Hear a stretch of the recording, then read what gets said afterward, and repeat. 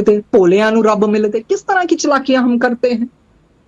फिर गुरु जी के एक बारी पास बैठे गुरु जी कहते फेथ की हुंदा मैं तेरे ते कर ला, मैं इत्ते कर ला, सब तो वड्डी चीज हुंदी है सरेंडर। और सरेंडर की परिभाषा हमने बहुत कॉम्प्लेक्स कर दी। अगर सहज भाषा से करें तो वही, जो भी कर्म करें do it with your best capability. जो भी आपको गुरुजी ने कर्म दिए हैं प्यार से करें और अपनी पूरी क्षमता दिखाएं और उसका रिवॉर्ड गुरुजी पे छोड़ दीजिए बस। फिर आपकी झोली में दुख आए सुख आए क्यों भी आए, that is surrender in a very simple definition. अपना तो कर्म अच्छी तरह से करो, फिर एक कर्म मौला करता है जब रहम बरसाता है। एक कर्म इंसान करता है और एक कर्म फिर वो करता है, फिर वो अपनी रहमतें बरसाता है। तो मंगन वाली की चीज है गुरुजी बख्शो बख्शो, रहम रहम। गुरुजी है मर्सी ऑन अस। हमें नहीं पता हम क्या करके आए हैं, ये गुरुजी सब दा चिट्ठा खोल देना कोई खड़े नहीं हो पाएगा। गुरुजी एक बार कहते हैं डिफेंस कॉलोनी टेंपल में, खोलना ताड़ियां फाइला, ऐसे कोई आए थे, खोलना ताड़ी फाइला। हमने पढ़ा ना the loss of the spirit world में अकाशिक रिकॉर्ड सब कुछ होता है। कोई चीज है ही नहीं जो लॉस ऑफ स्पिरिट वर्ल्ड में गुरुजी अब नहीं पढ़वा रहे हैं।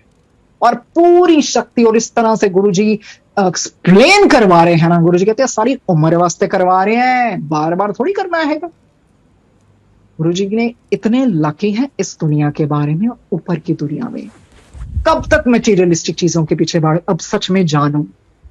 सुनते हैं ना बहुत जन्म बिछड़े थे माधो जन्म तेरे लेके। गुरु कहते तोते बनाना, तोते वास्ते थोड़ी सुनवाना।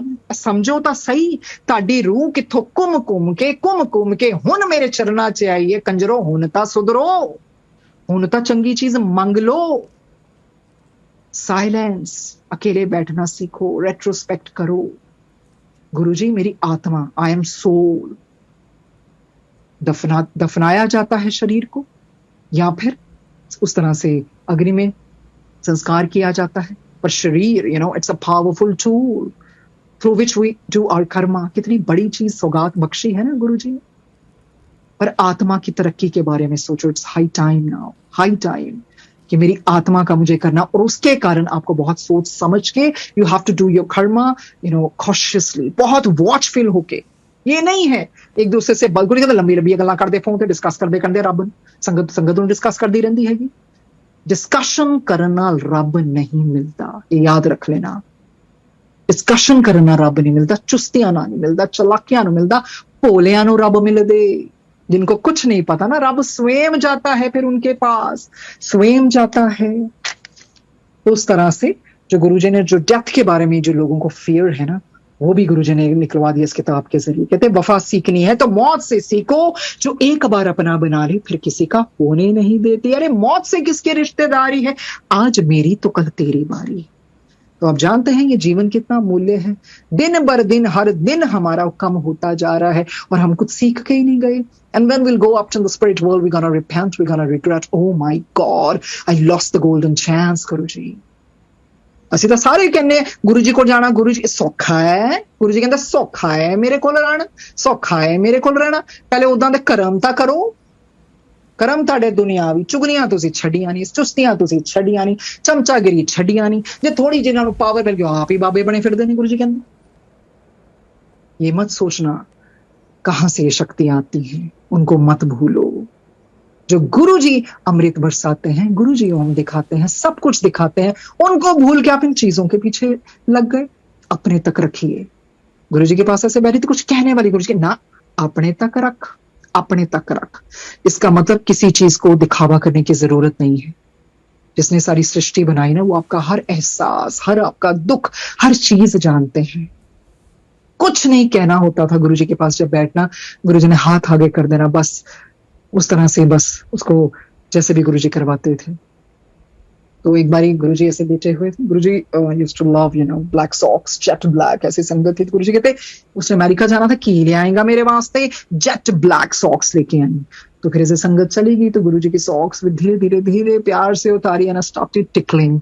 तो मुझे मतलब उस तरह से ही होता था, नहीं उनको आराम पहुंचाना है, फिर धीरे प्यार से सॉक्स भी पहना दी। अगले दिन गुरुजी कहते ओही कर जी कल कर दी पई सी। मतलब कहने का मतलब गुरुजी तो खैर सोते तो पता ही है सबको, रब कभी नहीं सोता।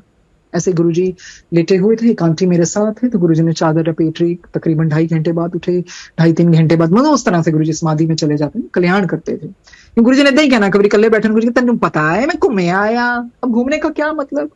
गुरुजी उस तरह उस फॉर्म में कहाँ कहाँ कल्याण करके आते थे, कैसे कैसे संगत का कल्याण, मतलब हर पल उन्होंने दिखा दिया, जब मनुष्य चोला भी मिलता है उसका उपयोग करो।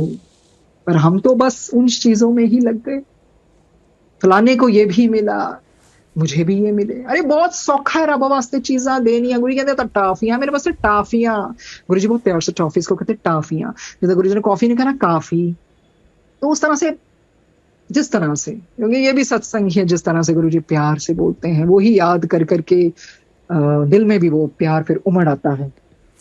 और वो ही है ना, ऐसा तो कोई है नहीं जिनकी जिंदगी में गम ना हो, आजाद नहीं कोई यहाँ पर, सबके अपने गम है, ए जिंदगी होठों पर हंसी है मगर आंखें सबकी नम है, ऐसा तो कोई नहीं है ना। हम सत्संग के जरिए कितना कुछ सुनते हैं ना, किसी को क्या दुख है, किसी को क्या दुख है, तो वही चीज है।